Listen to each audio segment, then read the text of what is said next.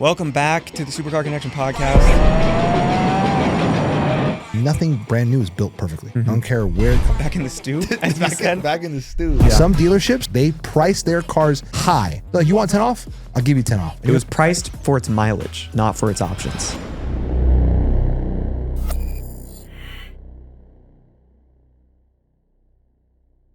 This episode is brought to you by Quality Collision Group. After an accident, it's not just your car that gets thrown off track. It's your routine, your momentum, and your focus. That's why I recommend taking your vehicle to a Quality Collision Group owned shop. They are OEM-certified shops, use exact parts and repair standards your car was built with. No shortcuts, no guesswork, just confidence restored. When it matters most, trust the experts. Find your quality-approved shop today. Okay. What's our opening topic this week? Opening topic today. Well, I don't actually know how you do this, so I'm interested to just hear your perspective because I know how I do it, and then I think some people can learn from it as well. Really, the idea is like when you're approaching a new market, you're looking for a new car, you're helping someone find a car, you need to like evaluate the market for that model, right? Because every market for every model is different, I would say. I agree. So when you're like looking at a market or looking at a model you haven't really looked at before, how do you approach figuring out how to find like the most valuable option, the most valuable car within that model market?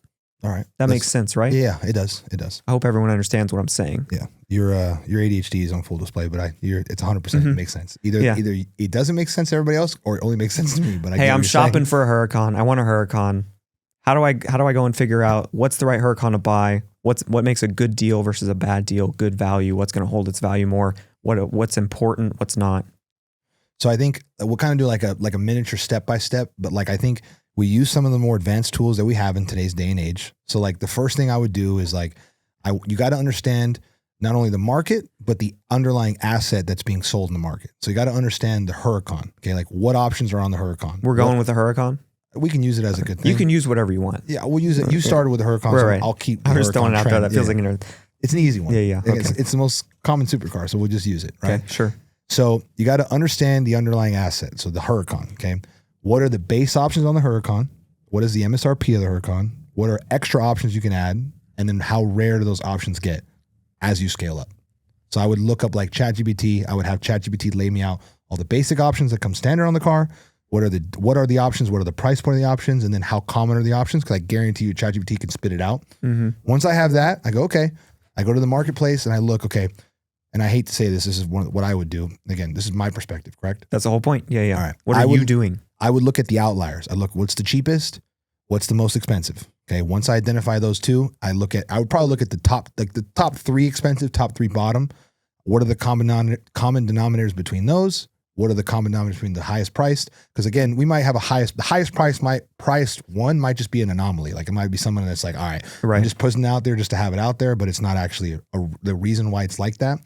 So I would look at it and I'll identify, okay, maybe this one is just like these bottom ones are just these crazy high mileage ones. And that's why they're super cheap. And this one is, even though it has a higher mileage, okay, but I noticed the top three have this one specific, the bucket seats. Like, okay, the bucket seats, super desirable option. Maybe it's the colorway. Maybe it's like a one-off interior, whatever it is. And as I work my way down from those outliers and I go to the median, on my way to the median, I'll notice from T to B and B to T, what are the options that are more common on the higher spec ones? What are the options on the lower spec ones? And then from there, I go, okay, now that I've identified the median, I now know what brings me above the median to the top outlier, and I need to float in that range. How are you working from like bottom up and top down? I am on. You have like two browsers open where you're like scrolling from most expensive and then least expensive on the other? No, I would probably take a second and I would literally go from top to bottom, and I would kind of go, I would look, for example, let's just say I would start with let's go like something in my area, like 100, 200 mile radius. Mm-hmm. And let's say that spits me out 40 options. I would literally look at the 40 options from top to bottom. And I would go, okay, I notice on the top 20, this is what I'm seeing. The bottom 20, this is what I'm seeing. The middle pricing is kind of the median for that area. Let's say it sits around 250 because we're considering all Huracans now, right? Sure. From LP 580s to the new Evos and Technicas, or I mean, I guess it depends on what you're looking at. It's fair. So let's if I was breaking down the Huracan, I mean, let's use just Evos. No, let's just do the whole Huracan market. Let's do the whole thing. If I was just real quick, if I was breaking down the Huracan market, the first thing I would do is look at highs and lows of non-Evos and then highs and lows of Evos and try to get an idea of like where that value difference is, how much it overlaps, if it does at all, and then go from there, right? Because it would depend on my budget. I want a Huracan and my budget can't get an Evo, I'm in regular. But maybe I can't get an Evo, then I'm not looking at the old ones. And then you can identify, if I don't have Evo money, what's the best car I can pick at a base Huracan? And why is it the best? Right. Why is it going to retain the most That would value? probably be like my first step is, can I afford Evo with my budget? So I break down like just high level, non-Evo and Evo. Okay. And I like get that. a feel for that. I like it. So that's what I would have done. Okay. Then from there, once we identified it, we go, okay. Then again, it depends. I like to shop nationwide because I'm not afraid to buy anything now. Yeah, 100%. It's kind of crazy because when we first did the podcast, and that's the biggest thing, you guys are watching Gavin and I's development as not only car buyers, car sellers, just car enthusiasts in general. When we first started the podcast, you can go find quotes that him and I were like, no, you can never not buy a car sight unseen and stuff like that. But now utilizing certain tools, PPI inspection, stuff like that, it's become more normal and more safe to buy a car like that. Mm-hmm. So like I would look nationwide, and again, there's a lot more results for. I always just meant don't buy a car you haven't driven before. Oh, was my advice. My Not the boomer specific was- car, but like the model. Oh, Like my don't go boomer buy a advice was Huracan like, before don't you've buy ever it. driven a Huracan. Got it. Because you might buy the Huracan, it gets delivered to your door and you jump in and drive it and go, this sucks. And that would not be a great Yeah, that's scenario. terrible. But it's a real scenario that It's happens. very real scenario, which So is kind of crazy. Drive the car before you buy the car. 100%. Not My- the specific car, but at least the model. My boomer was like, I wouldn't buy something I at least can't put my eyes on. Yeah. Physically see it. I bought my 4C from Houston, That's crazy. but I Turo'd one here before I bought it You because like I it? was like, I need to know if I like this car. Turo'd it, drove it 100 miles, was like, yep. Bought the one in Houston, shipped it out. That's genius. And you didn't get a PPI, did you? No, You just no. trusted the forums. Yeah. That car. You're also a forums monster. Yeah, I think that needs to be, that's an asterisk. Luckily, the 4C is such a low risk That's fair. model too. That's fair. I didn't get a PPI on my Aston. That was a bad decision.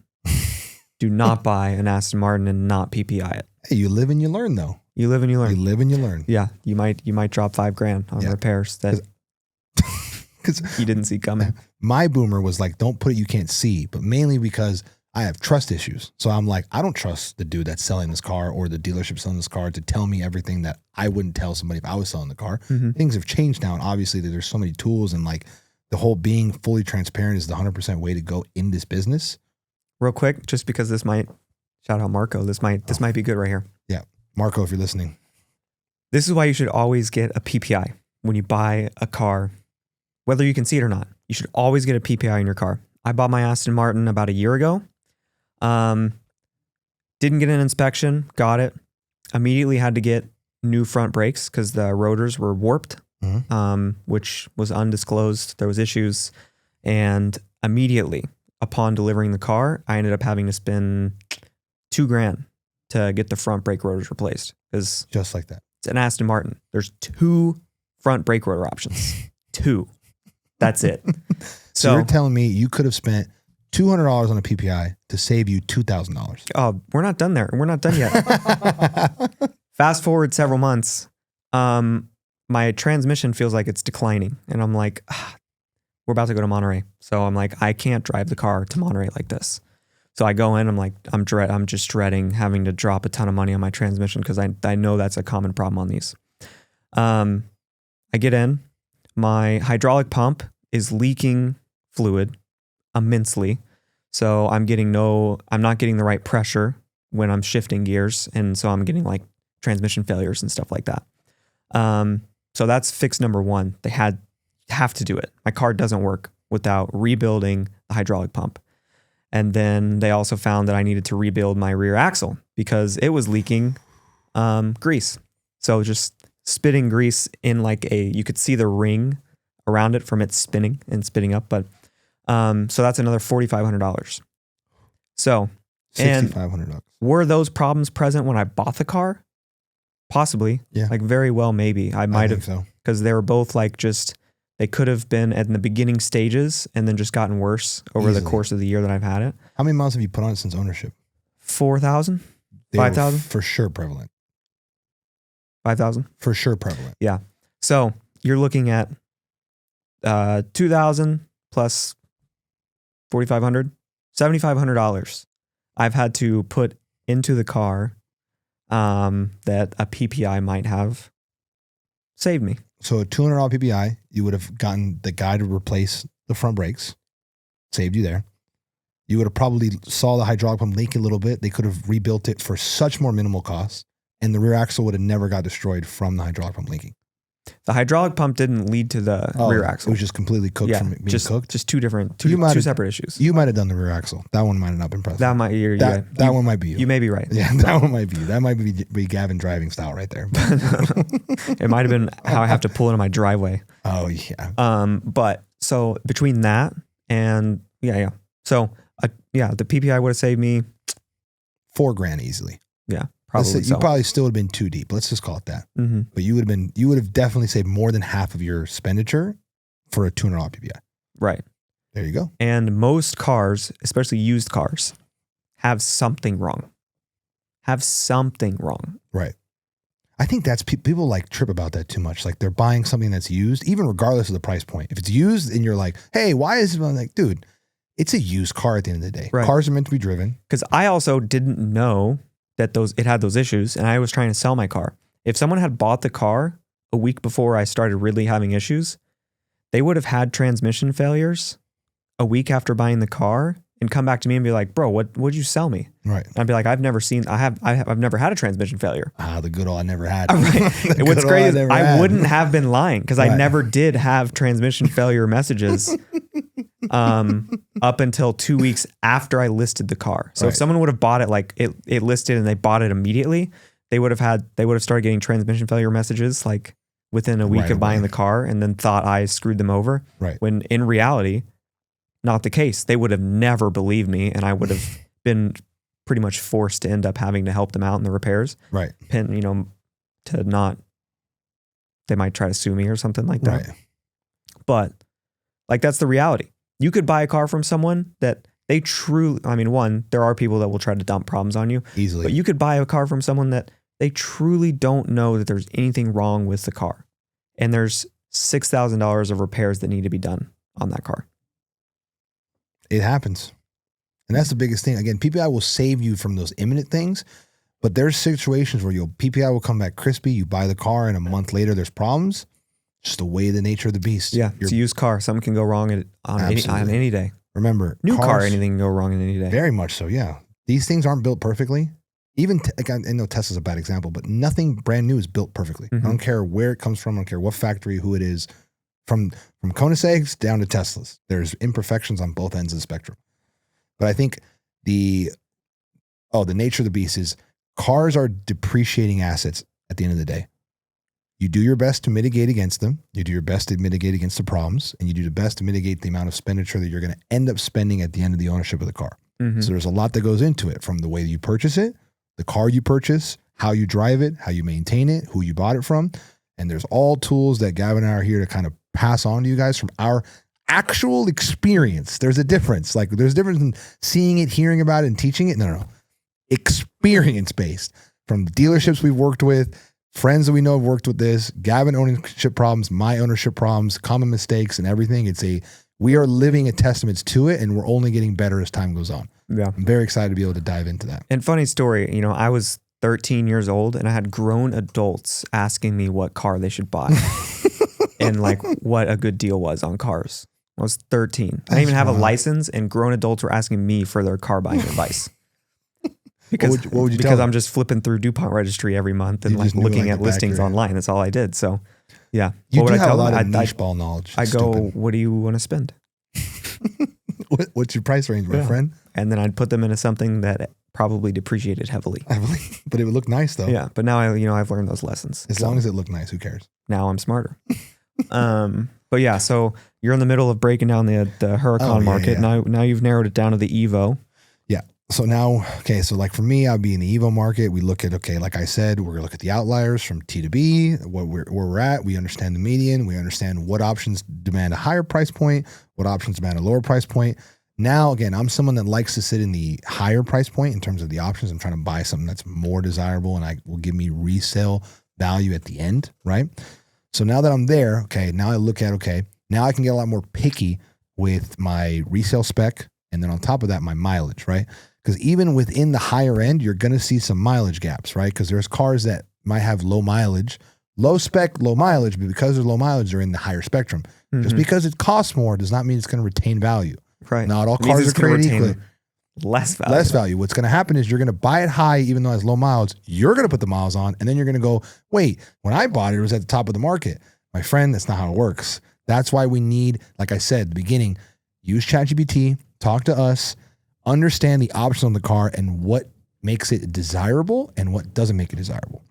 Like even some options like David sent me that Dawn, that blue on orange Dawn. Like I think that Dawn, he said that there was only like 3 in that color combo in the entire US. Yeah.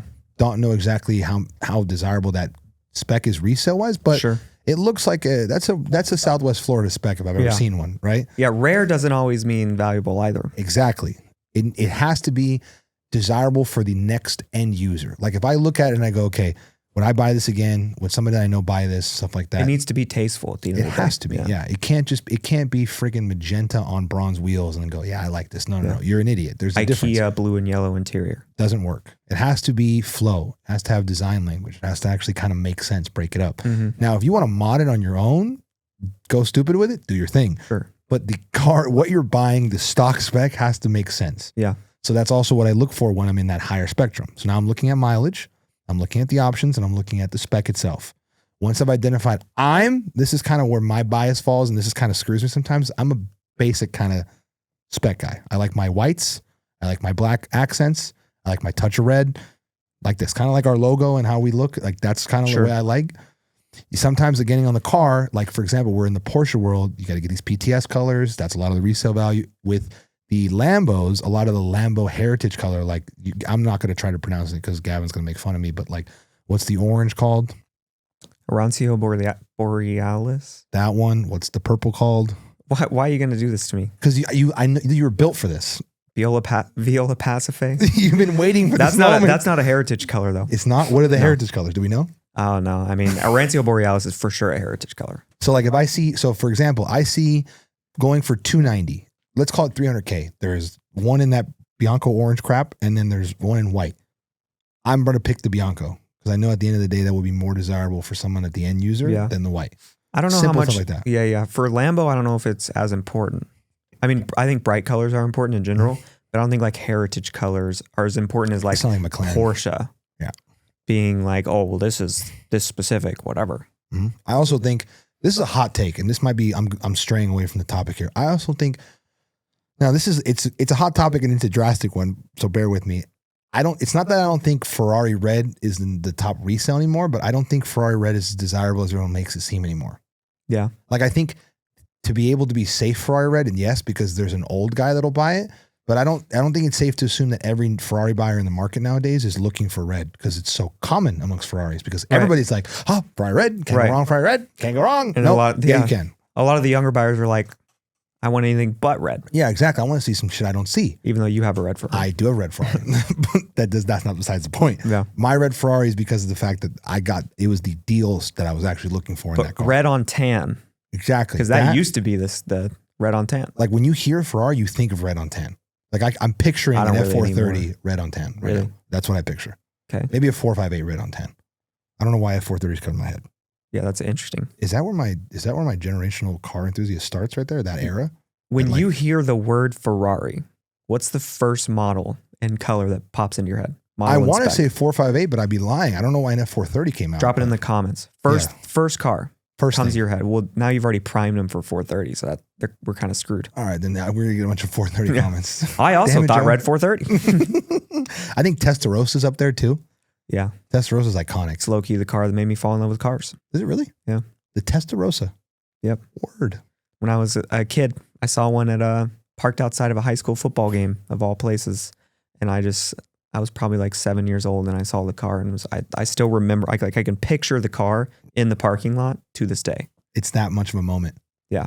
See, isn't it something that the fact that you were a child, you had no idea the monetary figure behind it, but you just knew like this is not normal? Right. I knew I've never seen this and this is cool. Think about how crazy that is. And I've never looked back. People, like, cars are just such a beautiful thing, dude. They're just such an amazing thing. Again, it's a machine crafted by men. Like, it is a humankind product, and it's just so beautiful because you see it. You can see what a non-intelligent, beautiful one is, and you can see when like the craftsmanship detail goes through the roof, the spectrum of what it can do to somebody. Like, I can literally watch a car make someone who's depressed go to be like the happiest human being in the world. Yeah. And then you get in your Tesla and you're like, I'm depressed again. It can happen that fast. Yeah. It's crazy.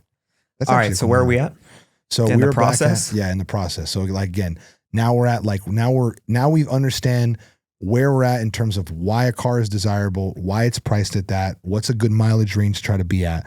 Then this is where I get a little more intricate. This is not necessarily identifying the best buy. This is what I would do, identifying a new market. I would also look up, again, ask us or look this up. What are the most common problems with a Huracan? And Huracan's a good platform because there's not a ton of those common problems. But whatever I'm buying, because again, it's a new market, I need to understand what makes it valuable. What is the exclusivity? What's the rarity aspects to it? Not saying that that matters for the actual price point of it, but I like to understand what makes it rare and why is it rare? And then what are the problems with it? So when I'm actually going to purchase it, I know what to look for in the PPI. Like if I'm buying an Aventador and they say, oh, like transmission's leaking a little bit. And I'm like, it's no problem. It's a transmission, nothing. No. You That's run a for problem. the hills. Yeah, you run for the hills. Yeah, Or yeah. you see your pulley's rusted. Like, it's fine. No, it's not. Or a car says it's 8,000 miles and you're looking at pictures and you go, this thing looks pretty beat for 8,000 miles. That leather looks like 40K leather. Run. Yes, run for the hills. I sent you that one. Yeah. That Aston Martin. That was bad. Bro, I think That that's was the bad. I think that's the worst I've ever seen. That was bad. Like they weren't high. Like they should have at least attempted to redo the interior. How bad that one was. I wish I mean, the problem is I'm not going to be able to go find that listing probably. And plus all I can do is blast anybody. All I can do is explain it. I'm bad. looking at Aston Martin VA Vantages, newer gen, like 2020s. There's one, I think it was like 6,500 miles. Yeah, it was something low. It was under low 8. spectrum. It was for sure under low 8. spectrum. Low spectrum. It was somewhere between like 6,000 and 8,000 miles. And dude, the interior was cooked. Like leather was torn up, scratches, looked like a mess. Bad. The carpet for the driver's seat where your heel hits, where you're hit the pedal. Yeah. There was literally a hole in the mat on the ground from a heel rubbing. That does not happen in 7,000 miles. No. That happens in lots and lots and lots. And there was like little damage chips, scratches on the exterior too. Stuff like that. You're looking at the car, you're like, this was a rental for 30, 40, 50,000 miles. Easily. And it is listed. I saw a picture of the An Atlanta odometer. rental too, not a regular rental. Yeah, the picture of the odometer said like 6,700 miles. There's just no shot. There's no way. There's no shot. There's no way. There are cars out there. The miles are rolled back. The miles are blocked. Did it say for sale in Glendale, California, or where did it say? No. No, it was different. It was on the other side of the country. I don't remember where. It was either Atlanta or you might be right, or Florida. It was one of the two. Somewhere sketchy. Yeah. But dude, like the most obvious case of this car's miles are rolled back, and it was priced like a car with 6,500 miles. It was like perfect. Like it was competitive. Like it was on the lower end of low mileage price wise, but it was more than higher mileage cars. It's insane. So they were pricing it like a 6,500 mile car. See, it was cooked. I know there's people that are listening that have never thought about this perspective.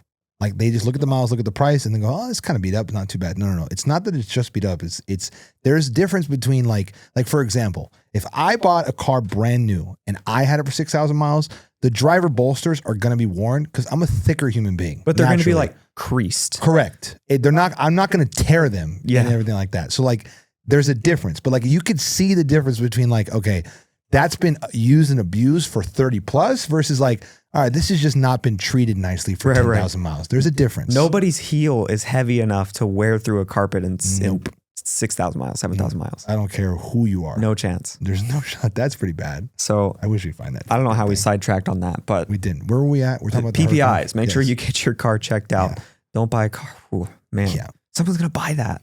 Yep. Sad. It's sad. It is. I should blast them. Should I make a reel about it tomorrow? If you can find it. Check out this Aston Martin. Yes. Message. Block out, obviously, like you don't have to put the listing or just take the pictures, stuff like that, and block it out. But I think it's worth making a Yeah, reel. it's pretty easy to reverse image search on Google, but So back to the market, Huracán market. So now we've identified the options, we've identified the market itself, we've identified the common problems. Now goes into actually picking what I want, and now you've kind of identified, okay, what mileage do I want to stay under? What my spec is. Now let's say I found my spec. We've now identified the market. We know where we want to be. We found the car. You want to take over from here, how you would handle the actual purchase of the car? No, we're not there yet. No, go. Keep going? Yeah, do what you want to do. So then more than likely what I would do is there's two options, and both are not incorrect. First option is I would call either me or Gavin, and I would say, hey, please just take over and deal with the dealership directly. And I'd be like, no problem. I'll handle that for you. But if I don't have that option, what I would do is I would see where it's listed at. What's the dealership? Okay. See if I have any prior relation, anybody that has a relationship there, so I can kind of get a little bit of in. If not, again, the actual negotiation process at a dealership, you have to remember. Well, you're going to get into negotiation tactics. I was. Do you want me to or no? I can stop here. I haven't started yet. So you tell me. I don't know. No? What do you think? I don't know. Is it too much sauce to give people? Maybe so. I'll give a teaser. Okay. Just a teaser. We won't get into it. Yeah. We'll stop there, and then because we've pretty much identified how we get to a new market. Did I miss anything from the general scope of things, or no? No. No. I was going to give my quick overview of how I approach it. It's a little different. I'll give my teaser, and then you go into yours. Okay. Remember, but my negotiation skills are trash, so I will have no negotiation teasers. We'll let me handle negotiations. Yeah. Remember, who wants who more than the other person? That's all I'm going to say. You walk into that lot, remember who wants the end result more? The person selling the car or the person buying the car? All I'm going to say. Go ahead. Depends on the person, I would say. Also, I'm not actually garbage in negotiating. No, he's not. I've got some things to learn, but I can handle. So Huracán, should I break down a different market? Yeah, let's break down a more. Should I give you a more difficult market? Because I think you're better at this than me. So let's get a more difficult market. I mean, if I'm actually going to do it, it has to be one that I kind of know. You want to do the GT3 market, the 991? Because I looked into it recently. Yeah. You kind of know that? Yeah, I kind of know it. There's some niche ball knowledge in that market too that you can drop. Yeah. So, okay. So 991.1 GT3. I was looking into this market for a little bit. So yeah, first thing I would do, I don't go to ChatGPT right away. I probably hit it at some point in the process, but I want to like get my own bearings first. I have asked ChatGPT like what options make something more desirable versus the other. And I've gotten some okay and some like also not okay answers from it. I feel like that might be getting a little like too niche for what it's capable of right now. I understand. But it can give you a starting point, especially if you're like really, if you don't know too much, it can at least give you a starting point. It'll tell you what's an option, like what comes included, and then what's the option, and then the price of the option. Me, I'm already working with a baseline of knowledge for every model of car. So you're a cheat code. I'm going into it with something already. You have power ups before you start the game. It's not even fair. So the first thing I'm just gonna look at, so 991.1, I'm just gonna like filter for the years. 911 GT3 years. So I just get all of them in that generation, and then sort from lowest to highest nationwide. I want to see every car on the market from low to high. And first just get a sense of like, okay, what's the bottom? Where does it go from there? What's my whole range? Like least expensive to most expensive. Okay. Now I'm looking at like the lower tier cars and working my way up, because that's my next step, is just go from the bottom and work my way up. First thing I'm looking at is just like, again, still kind of overview the mileage points from top to bottom. So I'm getting just like an overall view of like what mileage ranges are driving the price up as we go up the spectrum. Does that make sense? Mm-hmm. So for like, the GT3 market, you can be all the way down at like 110 for that cheap, huh? For like high, like 60 plus, like low spec 60 plus, like 112, 110 to 120, that range. Like 110 would be like the lowest, pops up, it's a decent deal, but still you're looking at a 65K mile GT3, with a rubber dash.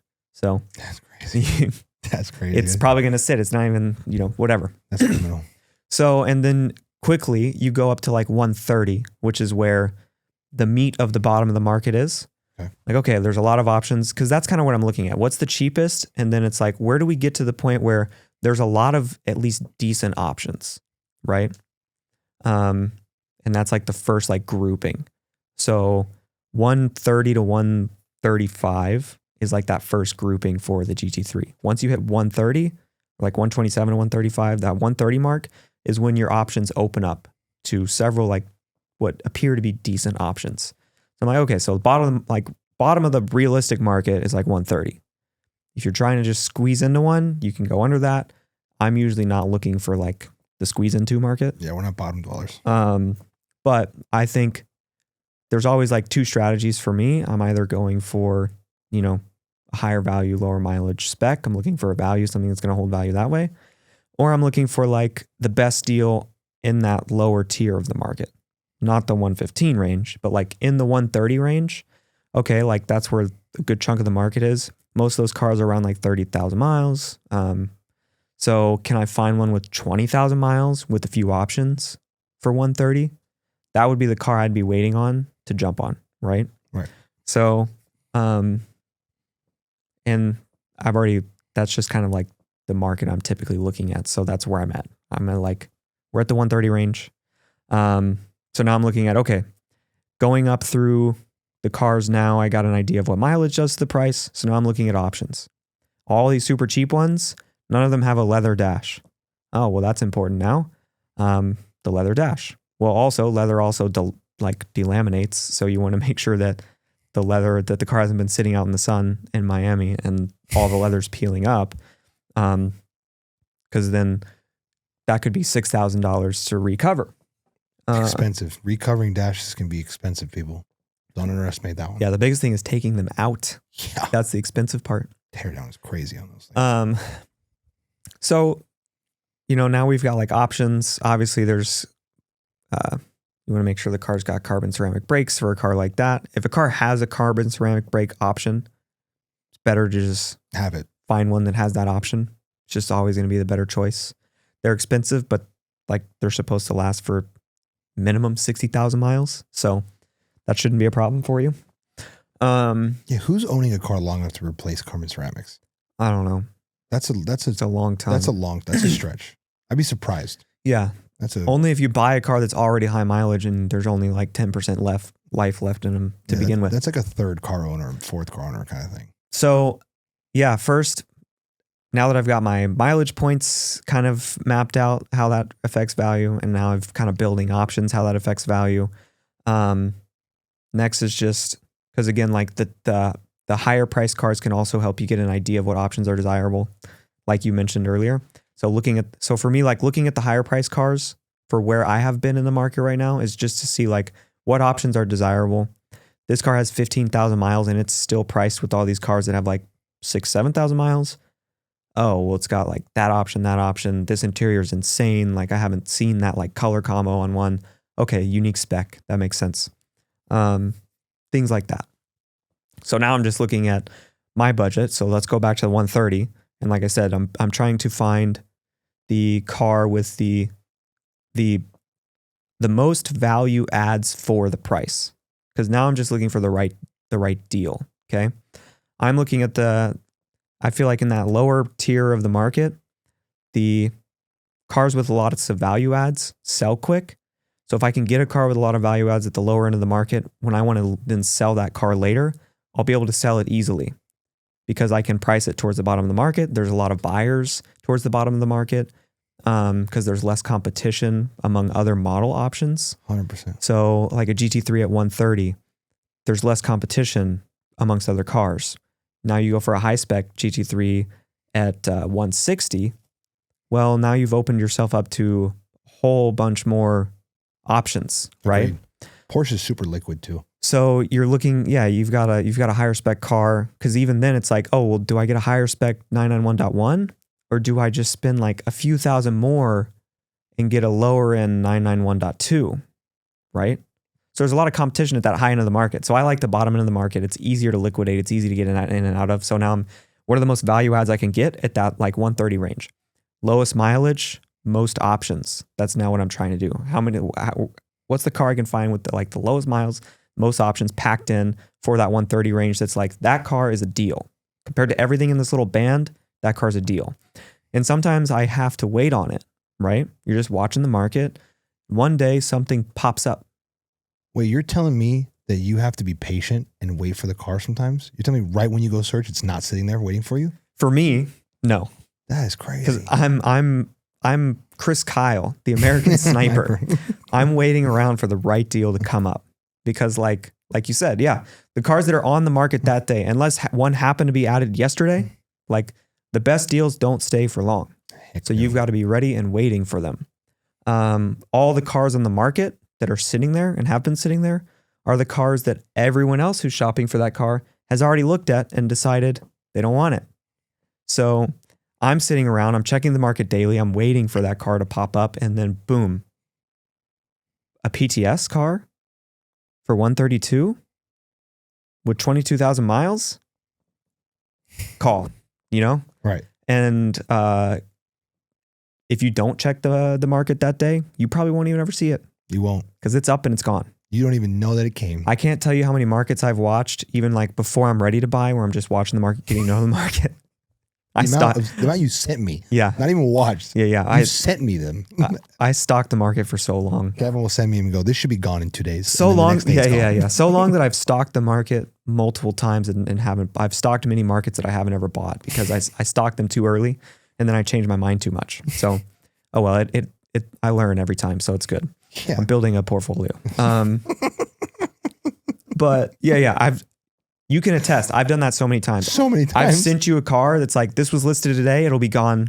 It'll be gone in the next few days. You want to know how crazy it's been, guys? He sent me a car and I've gotten delayed to respond to his text that by the time that I checked the text and I clicked the link, the car was gone. So I even asked him, I was like, what was it? Because it's not there anymore. Yeah, because you just never know. No, you don't. I remember great example was an R8. R8s were sitting when I was looking at R8s, Gen 1s. Same ones on the market for literally months, right? One pops up. I look at the interior, literally never seen this interior option before, ever. It was like a two-tone red and black interior. Yeah. I remember this and I was like, is this custom? Like, this has to be custom. I've never seen this option. And I look it up and it's not. It's a factory option. And it ended up being some rare thing, no? Yeah. It was, it wasn't like a named package or anything. It was definitely a rare option.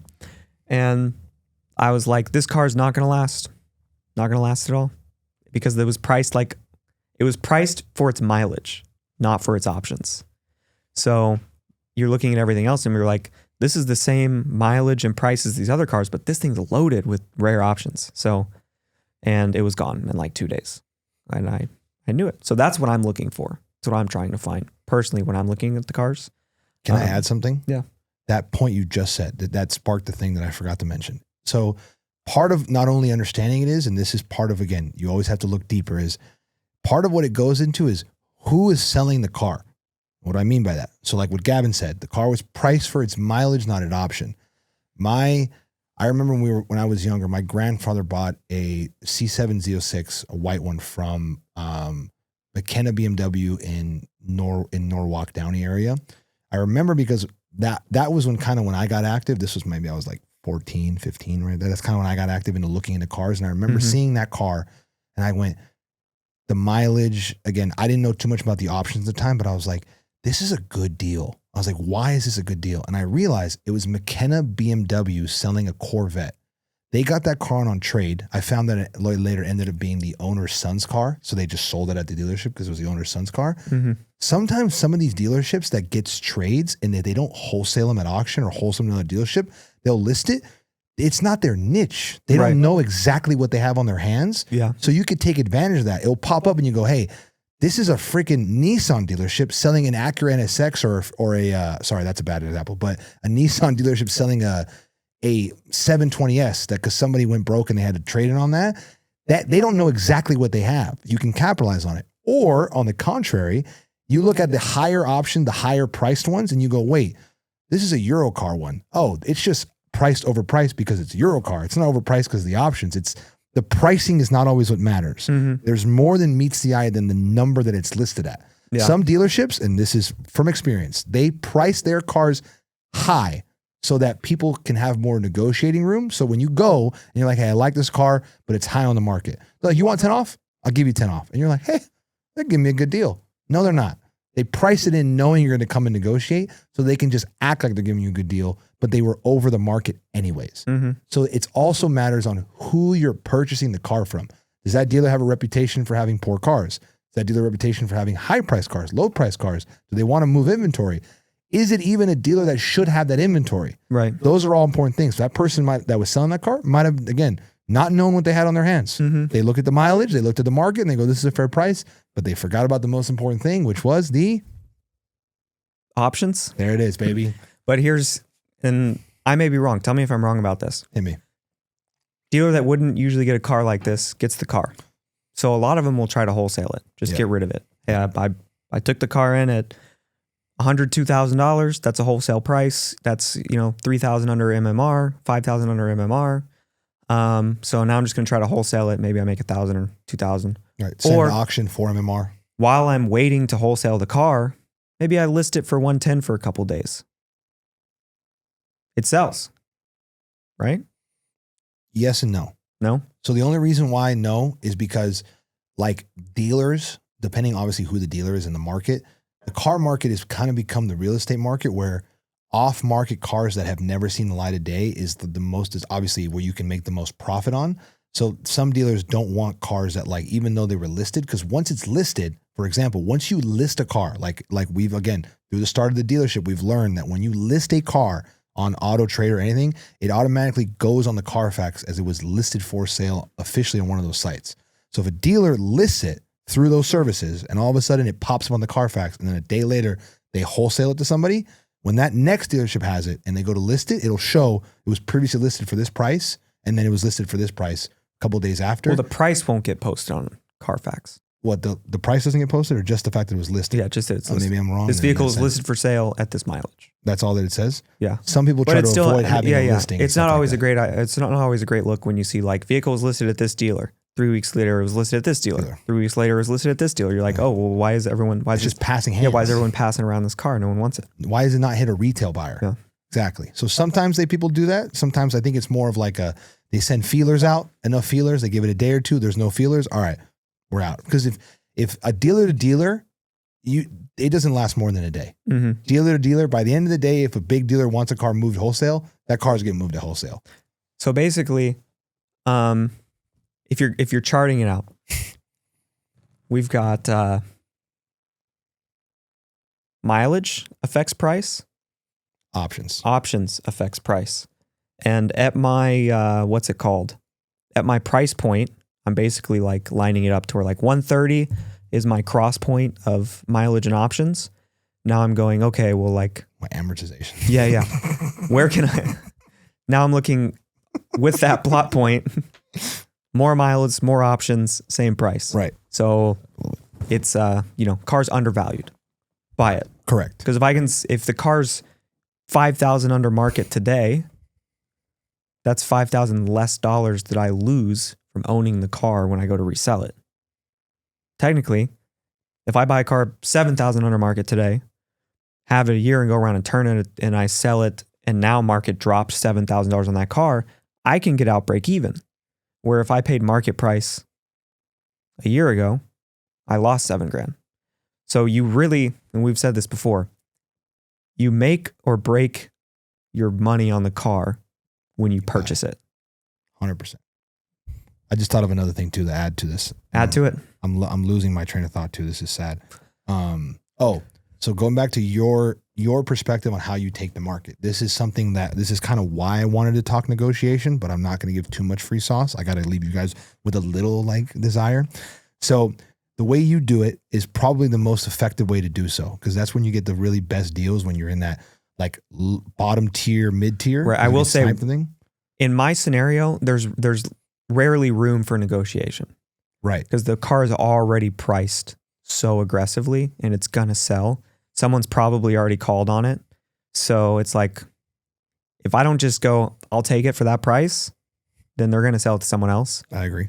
But you've already found a deal. You don't need to negotiate. I like finding a deal that I don't need to negotiate. I'm getting a great deal at that price. You know what I mean? Right. I'm the opposite. Then I don't have to play the game. So that's exactly what I was going to say is I'll find the car. So Gavin's in the 130, 135 range. I'll look for that car that's 140, 141 that if it was at 135 is a crazy deal. And I will test my negotiation skills because, again, we're waiting for the right deal anyway. So I know what I should be getting at 132, 135. That's the freaking dialed option at that price point. While I'm waiting for that car, I'll look at the 140s and go, okay, these cars are at 140. At 135, they'd be a killer buy. And while I'm waiting for that sparkle option to drop, I'll talk to these people and negotiate. If I can get one of them into this range, I just created my diamond in the rough buy because I was able to negotiate. All of a sudden, there's a car at 140 that if it's sold at 130, it's forever, but they haven't dropped the price because it's been on the market, but they don't want to drop the price because they don't want to seem like it's not moving. If I can talk to them, and this is also me betting on my ability to talk, to get them from 140 to 135, now I've brought my diamond in the rough to me instead of waiting. That's just another tactic, but that also requires negotiation skills. Not everybody has that. Mm-hmm. We'll get there eventually, though. I'll teach you guys, but not right now. We'll get back to it. I think I've mostly answered it. I think that's pretty how I break it down. Perfect. There's a lot that goes in my brain that's hard to put out into words. It's almost like someone should you should almost record how you do it right and post it. Right. That would be a good idea. Maybe we'll do that. What do you think? Yeah. Start now. Yeah, might as well. Okay. I have a question for you though. How long did that take? Oh, good. I was just curious. I didn't know how long that took. Because we went on that for a minute. We did. That was great. That's the chunk of the episode. Yeah. I was looking at different cars, different price ranges, whatever. So just a usual Tuesday night. Yeah. Outside of one, everything being really expensive, which we might talk about in a minute. Everything is expensive. Tell me, everything's gone up. Especially since earlier this year. Crazy. Tell me if I'm crazy. You're crazy. I don't even know what it is yet, but go ahead. You can get a California T for $110,000. You're crazy. No. I'm crazy? Yes. California T. Yes. The updated California. Yes. Twin turbo V8. Yes. I'm crazy. Yes. 110 grand. Okay. There's obviously ways to buy a car extremely well. Name better cars. No. At 110,000. It's hard. Again, I can buy a Z06 and I know you're going to hate me for it, but that's fair comparison. Okay. It's very difficult, but so this is the next thing. And this is part of what nobody talks about. Okay. What the car says about you. You can't be seen in that thing. Right? You can't. I can't let that happen to us. Here's the thing. You lower it. You put a black roof on it. You put some wheels on it. It'll probably look pretty good. It's going to look, what it's going to do is make people go, whoa, I didn't know you could do that to a California. Is that a California T? Literally. Is that an F12? No, it's a California T. F12? California T. Because I got to be honest, it's not a bad looking car. No, it never has been. I think the California T looks better than the Portofino. I also think so too. Can I tell you why the California T has gotten a bad reputation? Because it's from the era of Ferrari where Ferrari was bought by all old men. So you look at that car, and this is part of the problem with Corvette, is you look at the car and you think old man. It's not that the car is necessarily, it's just who was buying that Ferrari during the time, because that's like 2012 to 2015. No, it's not that high. 2014, they stopped making those cars. They stopped making the T 2013? 15. I think somewhere in that 14, 15 range. I don't think it might have been 15. I think that might be 14. Might be 16. Maybe that high? There's 100% 15s. Okay, so then... I think Portofino starts in 17. I think T goes up to 16. So I think that range, during that time, that was when the shift of old buyers were all Ferraris, and then the younger money started to come in around 15, 16, 17. That's when internet money started to really pop. So you have the Californias, the California Ts, the F430s that just have such an older Ferrari imagery because all who had those cars were older guys because at the time, that was the only people that could afford them. Then the 458s, the 488s, the 812s, F12s, that's when the younger money started coming in. Basically, when Lambo started to really pick up, was right when young money happened. So that first gen California it became so cheap that it became just the car that flexors wanted to buy because Yeah. it was like Ty Lopez in his garage $90,000. with It was like books. $90,000, and it was also a very underpowered Ferrari because it's like a 450 horsepower Ferrari or something like that. And actually has a pretty V8. I'm sure it's fun. I'm sure it sounds great with an exhaust on it, but it was that cheap flexor Ferrari, and so it was you were either a cheap flexor or an old man. Yep. And that kind of ruined the entire reputation of the California. So even when the T came out, it was still a California. I agree. Even though it's a whole new car. We've got the 488 interior. We've got a twin turbo V8. Like, can I look at the listing you sent me? Is that sure. Okay? Yeah. I'm gonna look it up real quick. Whole new car. But You did send me this. And they changed the Portofino name, right, to try to maybe boost it up, but I still feel like it hasn't. The Portofino wasn't enough of an upgrade. I agree. No, this And car those looks still go for pretty 200. sweet, dude. Portofino still goes for 200. And like I said, I think the California looks better. I saw one lowered. It was Hardtop pretty clean. convertible. Dude, honestly, this car's pretty It's, sweet. if it wasn't for the reputation, it's not a bad option. Think Matt tunes it, dude. You're at 650 turbos? horsepower. Yeah, this thing is not freaking bad. 110 grand. You've got a 650 horsepower tuned Ferrari. This is not bad. You lower it, you wrap it, you do the right things to it. Wheels, it would look good. Dude, honestly, this spec looks pretty damn decent already as it is. You could be known for having the sickest California, Okay, honestly, I approve of this one. but it's a reputation thing, which everyone is going to hate. But who cares about everybody? We kind of care about it a little bit. Yeah, But just on the lowest key. can I tell you something though? I'm not gonna lie. When you sent me this, I didn't even click on it. Really? I saw California and I was like, Gavin's gone far off the Which one did spectrum. I send you? The white on black from Texas. Oh, I didn't even send you one with the black roof. White with black roof looks Hot. clean. Hot. Yeah. So like that was my thing. I saw the listing and immediately I didn't click on it because I went, Gavin is researching the market too high and he's fallen off the deep end. I thought you'd gone so deep into this price range that like you're now into like the dark web of this price range. And I went, no, we can't do this. I wasn't even going to entertain it. But now that I've actually given it some look. Well, what happened was my old roommate and my friend Tristan he's like trying to figure out how he can help out. And I was like, well, just like learn the car market, look online, like search Facebook Marketplace and try to find like crazy deals. Right. And so he sent me a California T with 109 grand. And I was like, is that a great deal? I don't know what these cars cost. Right. This So market then- hasn't been visited in Right, years. I haven't looked at the Yeah. I haven't looked at the California T Years. market in who knows how Since long. we were freaking teenagers. Right. So then I went on and looked at them and they were like, that's like that's the lower end of the market, like that 110 range. Lower end of the market? Yeah. Really? Yeah. So those things can get up, what, 130, 140? For higher spec, lower mileage. Yeah. 991.1 GT3 or California T?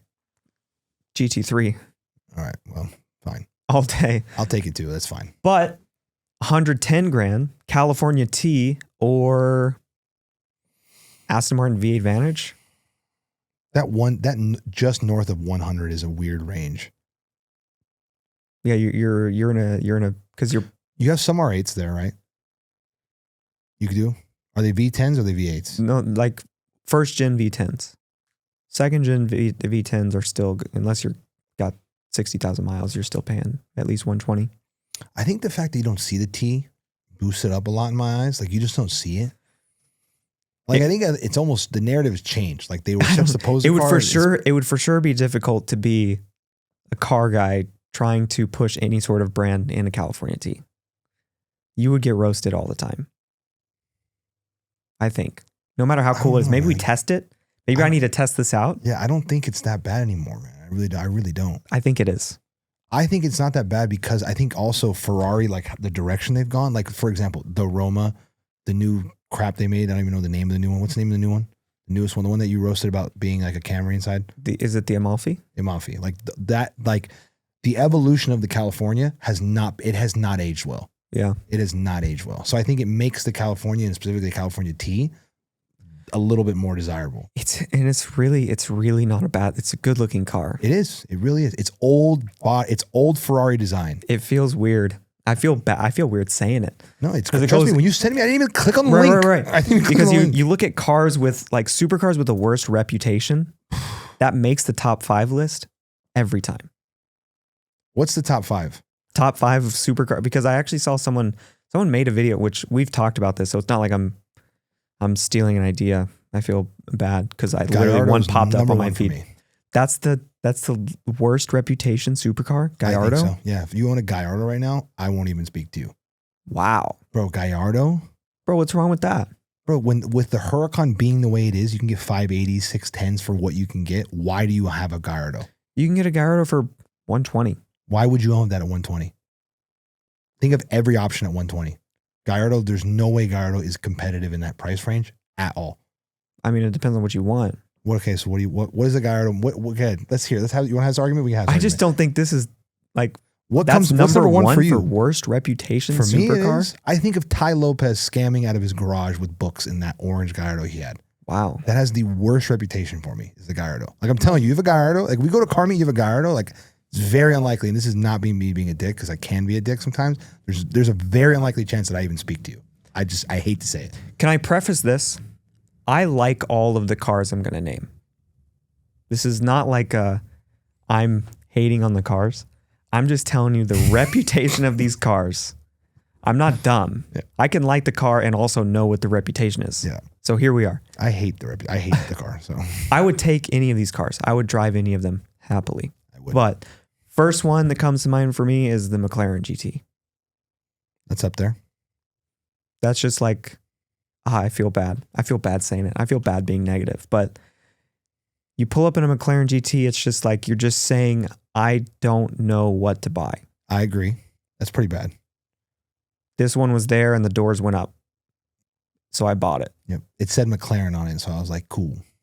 Right. Oh, and it's that much? I get this for 140? Yep. Dude, I feel like that's the worst reputation. 140. Gallardo's 20 grand less. Who's buying? Like, okay, for example, Gallardo or McLaren GT. What are you picking, really? Honestly, depends on the spec, the model. I understand that. Because like a Gallardo Superleggera or Performante would be pretty sick. Okay, no, that's different. Because when I say Gallardo, I mean like a base spec Gallardo. Like if you're pulling up in a yellow base spec Gallardo, there's no shot I'm talking to you. There's no shot. Really? Does that make sense? Wow. Does it clear it up a little bit? Sure. Because like, for example, I also think of it like in today's era. Like the reputation if you own that car today. Mm-hmm. You know what I mean? Like I feel like that reputation was worse a few years ago than it is today. Because now it's becoming more of a classic. Yeah. It's helping it. It's like the California team. Right. The reputation has swung a little bit. Because there's so many like cheap options out there that are bad that like the Gallardo is like, now if you buy this car, it's because it's not cheap enough or it's not an $80,000 car anymore. Right. Oh, also, the Gallardo and the California T were made at somewhat the relevant time, correct? No, the California, not the first T. one. You also have to take consideration what the spread was between Lambo and Ferrari at that time. They were not like today. Lambo and Ferrari are like this. Back then, 2010, 2011, they were like this, and it was not Lambo. It was Ferrari up top, and Lambo was way down low. Is that fair? Well, it depends on what you mean. How? Like quality of car? Everything. Brand, reputation, quality of car, performance, everything. Ferrari was dogging them. I don't know if the brand reputation was that different. The Mercy had some weight. I personally think Gavin is tripping, but the Mercy was the first car that really had some weight. Not the Diablo, not the Countach. I think they had more weight as it's gotten older, but when they were dropping, like the Countach, the reason why it's so desirable now is because it wasn't that crazy when it was flying off the wall back in the day. Bro, it was crazy. No, bro. The Countach has always been crazy. When you had money, you bought it because it was there. The Lambo V12 was things back in the day. Always the poster car. But they were ass. Pretty much all cars were back then were. Like the Aventador is still kind of ass. Yeah, 100%. It's a driving experience. 100%. Ferrari has always made like a very refined driving machine from their V12s to their V8s. Sure. Like the cars, from the interior to the performance to the exterior. The Lambo V12 has always been a flex car. Not in terms of the entire car. Like the entire car is kind of shit. Right. I mean, a flex car. Right. That's what pulling up in the car. Correct. Doors go up. It looks crazy. Right. It sounds crazy. I'm in a Lambo. I'm talking about like Ferrari and Lambo, like the reputation. That's what I mean. Like the Lambo was a flex car, but it was, if you, an actual car enthusiast looked at it and was like, this kind of drives like shit. Ferrari, even in that era, was known as Ferrari's Ferrari, because Ferrari was Ferrari. Sure. Now Lambo is freaking dialed and Ferrari's kind of crap now. I'm just being fair. Okay. But, well, what are the other cars with the worst reputation? So again, I'm trying to think. Worst reputation supercars. I feel like Gallardo is a niche answer. That's just, again, I don't know how many people would rip out Gallardo. I want the audience to tell me if I'm an outlier on this one, but that's just the way I view it. I think it's also partly personal experience. What supercar has the worst reputation? Like, you see someone driving that car and you're like, that person doesn't know cars. Like, okay. Or why would you're spending money on a supercar, why would you pick that one? Okay, for example, is it fair to say that the direct Ferrari competitor of the Gallardo was the F430? Is that fair to say? Yeah. Today's day and era. Somebody pulls up an F430, somebody pulls up a Gallardo. How different is the reputation? Like, I'm asking you that question. Mm-hmm. What is it? Like, when you look at the person, in your eyes, what is it? Are you looking at the Ferrari guy like he's trying to flex? Or are you looking at like, all right, you got good taste in old school Ferraris? Or you look at the Lambo guy like, are you trying to flex or you have good taste in old school Lambos? I feel like it's kind of both. Really? Low-key. I look at it more like the Ferrari guy. The Ferrari guy might be more. I give him more benefit of the doubt. Like, you're buying that car because you like old school Ferraris. The Lambo guy, I would be more like, you bought that because you can only afford that. Does that make sense? That's where my reputation sticks. That's why I have such a bad taste for Gallardo. Sure. Does that make sense? Yeah. Because like when the Huracán came out and like as it's gone popular. What about the McLaren 12C? That's now, like to own that now. That's a crazy one. I almost think. Is that like you know nothing or you actually know some stuff? Yeah, I don't know. I think reputation wise, because I think now those cars from those era, it's starting like kind of like you said, it's starting to flip a little bit. Like I think right about COVID, it was going to be like you're an idiot, you don't know anything. Mm-hmm. Now it's kind of like some people who own them, like even Daniel from Spark talks about it. He's like, that's an amazing car. I think that's a tough one. It is a crazy car for the price. It is a crazy car for the price. That's like, a tough one. What you're getting, you can pick one up at $90,000 if you PPI and it's in great shape and it doesn't need $30,000 worth of work, which it very well might. Don't buy that. Yeah. Don't you dare buy a 12C without getting a PPI. Yeah. Don't you there's no dare. Shot. Oh my gosh. You deserve to lose money if you buy a 12C without PPIing. Because what is a 12C going for? $100K? Yeah, easy. Yeah. Like 90, 85. 90, even cheaper than that? Yeah. Then yeah, being honest with you, I would still give it a pretty bad reputation because again, I still think there's so many better buys at that 80, 90 grand mark. Like what? Than a 12C. Like again, even first gen rates, I would take that as a better buy. Just think about everything you're getting in that 12C. What are you getting exactly? The doors go up, kind of. You're getting shitty. You're getting a McLaren. You're getting as the door goes up. The doors go up in a McLaren and the car moves.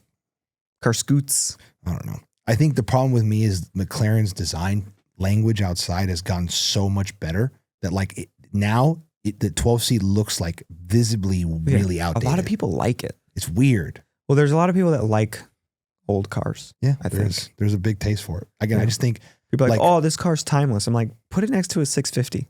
Yeah, with the P1 headlights. I'll tell you what, 675s, they have grown on me immensely. Like I used to be. Again, I'm not a big older McLaren guy because I'm like they're kind of shit boxes, but the 675, hot. Yeah, hot. Might be a good hot collector car for you. Like as a second, third option. Collector as era. A third car, dialed. Yeah. Like Spider, dialed. Over roof scoop. For collector, I'd have to go roof scoop. For me, for vibes, Spider. Mm-hmm. But like I looked at the front end on that car. The design language on the front end, the car is nicely designed. Dude, they're beautiful. They're gorgeous. They're beautiful. So like that's where they still look mint. Yeah, yeah. So that's that's my split. Like 675 and under and below, I'm like 675 is my bottom on McLaren's where I'm like, all right, that's an older, tolerable McLaren. Anything older for me, because McLaren it was such a new car at those times. Like the 12C, I don't think they really even knew where the design language direction they were going. Okay. rip the top 5 cars. I'm trying to think about it as we go right now too. It's not that easy, Gavin. It should be. No. So that's the whole point. What comes to mind? I know. Gallardo's up there. 12C is up there, as you said. That is really bad. I think California's pretty bad too. Not T. It's got to be. It has to be. It's up there. It's also difficult. I also think, me personally, I think if you have an older, bear with me, you have an older Turbo S, I think that's pretty bad. That's the way I look at it. Interesting take. Older Turbo S. Interesting take. Old enough to the point where you're like, all right, you're like, we're not talking about, I bought it because it's a vintage. No. You bought it because you're poor. I think that's just me. I'm being honest. It's being really honest. What else? That's pretty bad reputation wise. Because that's the kind of person that like buys it just to hang out with other Porsche guys. And sometimes they're even like it's almost like the bike, because you're saying supercar, right? Because Boxster comes to mind, but that's not a supercar. No. Boxster's not top tier, supercar. Worst reputation on the planet, but that's not a supercar. If we're going to give the Turbo S, I'll give it that one, a little older Turbo S. I mean, Corvette is pretty bad. Yeah, it's pretty bad reputation up there. I hate to say it, but it is. So that's 4. I have 4. Oh, you've named a bunch. I think that's 4. And if I had to really cap it off with a 5th little just dagger to the heart, I'm not a fan of the GTC4 Lusso, so I would throw that in there too. Like if you have a GTC4 Lusso, I more so look at you like you're trying to be weirdly different and you're quirky. And again, the chances of me talking to you, like you see a GT4 Lusso and you invite yourself to go talk about that guy and his ownership. I see it and I'm like, I'm not, there's no way I'm talking. It's not even about that. It's just like that person wanted a V12, a 4-seat V12. Yeah, you think it's cool. Sounds like a fun car. No. Okay. Again, my opinion. So cars that you missed. Okay. Let me just, here's my list.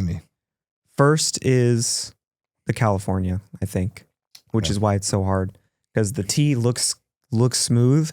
Even the original California, I was looking at it. Dude, it's a good looking car. It's aged super well. It's old Ferrari design language. Yeah. Pininfarina. It's that exactly. Because now Ferrari makes it look better. Yeah. Designed by Pininfarina. So like the original California might be the best looking California and looks better than the Portofino. Like that car looks good. Which is, in a way, it's sad that the reputation's so bad. It's a beautiful car. But I think you should change it. California, bad rep. Change what? Reputation. Yeah. Maybe I should. I think you should be the one. I should get a T. I think you should. We'll both drive Ferraris. I'll lower it. I'll put white wheels on it. It'll look stupid. It'll look hot. Yeah. I think so. So McLaren GT is up there. Yeah. That's next because it's a newer option. What are you doing? 150 and you went and bought that car? Talk to us. Is it a bad car? I mean, obviously it would be fun. We've driven one. Yeah, it's a great car. Not that they're bad it's cars. a great car. Yeah. I would say. All these cars, again, great cars. McLaren GT is a great car. But you just spent 150, 160 on a McLaren GT. I don't know what you're doing. Bad move. Maserati MC20. I didn't even think of Maserati because I didn't even think of it as a supercar. But right. MC20? You just dropped $200,000 on an MC20? Do you know or care about anything? I don't know. That's a difficult one. It's old people only. I've never seen a young guy driving an MC20. I've only seen old dudes. I haven't either. So I haven't really seen as many as I thought. I think I would. Because no one wanted, because dude, they were like 250. What are they now? New. Are they 200 or are they lower?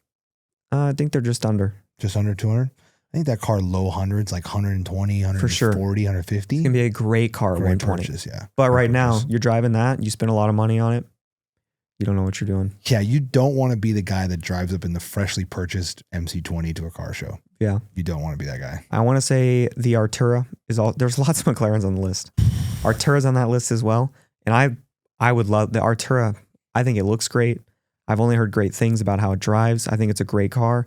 But man, holy hybrid problems with that car.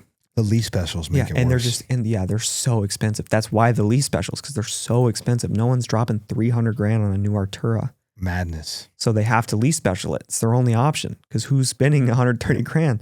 So it's like, okay, you have the Artura, like you leased it. And that was still such a financially bad move because they built the reputation into it. You're spending $100,000 on the lease, probably. when you could be driving all sorts of cars and not lose 20% of that. Yeah, and you have like a 4,000 mile lease. Right. You know how ridiculous that is? So there's people who are like, oh, you know, it's like, I don't know. They build the reputation on themselves. Like they make the car and they're like, we're going to give a crazy lease special that like wannabe ballers are going to take. So the car's going to get the reputation. Right. Because wannabe ballers are buying. Like, oh, it's a lease. I just remember seeing so many of those lease deals and doing the math, and it comes out to $120,000, $130,000 over the life of the lease. Which is madness. Insanity. Madness. Insanity. Losing $130,000 on a supercar. Remember though, you don't know what you're doing. Yeah. Poor people make decisions based on what they can afford monthly. So they see, I can have an Artura for $2,200 a month. Dude, it's not just poor people. There's a lot of people with money that think, oh, $2,200 a month. No problem. Throw it away. Burn it on fire. Right. You're lighting it on fire. So that's the problem. It's not just, don't get it twisted. It's not just poor people. There's people with money out there leasing Arturas. Pretty bad. And just lighting cash on fire. It's pretty bad. Great car, sick car, but you obviously don't know anything because you bought a car that's built for lighting cash on fire. Was that 5? No. No? It was like 3. California, GT, MC20. Oh, then Artura 4. Artura. 4. You have one more. 12C. Just 3 out of 5 are McLarens. And I love McLarens. I'm the biggest McLaren fan. It's hard when cars that naturally depreciate because they become affordable. They can go either way. Because the 570's up there too. Yeah, and that's another car that I want. That's what I was going to ask you. GT or 570? 570. These are the same price. 570. 570. Yeah. I agree with you. McLaren GT or 570? I agree with 570 you. all day long. I agree. I don't think there's any. I don't know who. I mean, the GT is there's more tech. I think more fine car. This might be a misquote, and this is why the only reason why I have a buddy that used to have a GT that tuned his, and he says it was pretty rowdy after the tune. Oh, 100%. Rowdier than what a 570 would be tuned. I think. Sure. Don't quote me on that. But you can make a 570 crazy too. You can.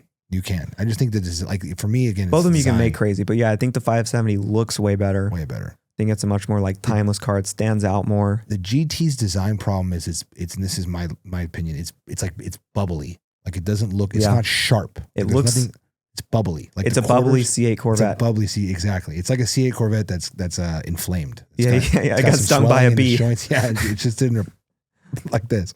Like look at the back end. Look at the side quarter profile of a GT. Yeah. And literally, that's what you're saying. Like the best part about that car is that the doors go up. That is it. That is literally it. Mm-hmm. I almost bought that as my first car. You did. Yeah. That was close. The people who really been here, they know that. Because at the time, that was like the only kind of option in the 150. Yep. A lot of cars have come down since then, but at the time, think about that's what you were looking at at the time. Yeah, but that is crazy. You were spot on, and it wasn't even one. It was like they've held pretty well. They have. It was like 165 you were looking at or something like that. It was. But they have held well since you were looking at it 2 years ago to today. They're not that far off. They haven't dropped much. From a traditional McLaren perspective, they haven't depreciated what normally would. Which I think is, again, everything between 100 to 200. All of the other new cars coming out are getting so crazy expensive that these lower cars sitting between 1 and 200 are just sitting. They're not falling.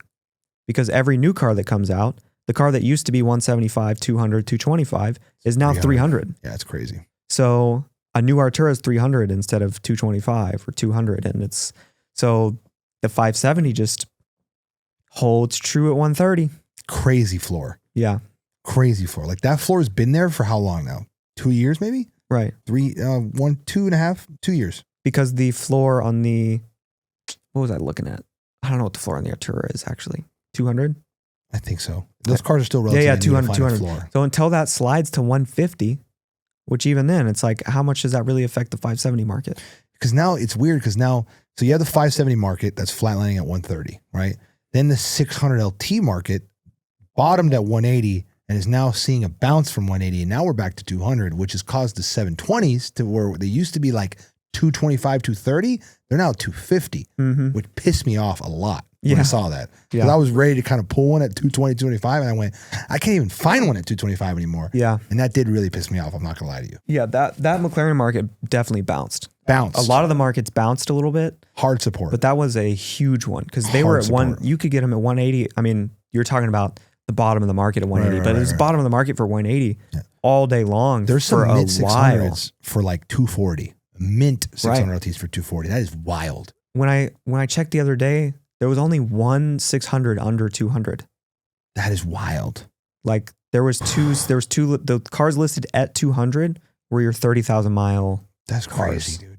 That is crazy because I like literally vividly remember multiple searches in 180s, like multiple cars in 180. Yeah. Multiple.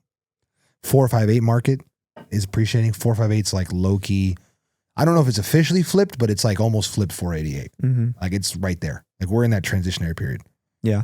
Unlike like 600, because it's different because they're not, it's almost like indirectly competing. The 600 LT, because it's not an LT. The S is not an LT series, so it's different. But the 600 LT is causing 720s to bounce with it. Versus the Ferrari market, 458 is like passing the 488s, which is where we don't see that all the time. Again, McLaren market is bouncing.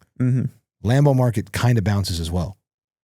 Ferrari market, you're seeing a change, which is super weird. Not doing too much. Like 48s are, again, I don't know if it's just the 48s, the 458s being, I also think the 458s like out of every car from that time in history, from McLaren to Lambo, 458 is like the king. Yeah. So because of it, I think it holds a different precedent. So I think it's why it's appreciating so much. But it's interesting. Just things I'm notifying. Just giving the public a notifying eye on. Well, I think that wraps us up. We're done? Holy cow. Yeah. All right. Well, that's been a fantastic episode. Yeah. Yep. Thanks for playing. Of course. I'll do this next week with you too. We're out.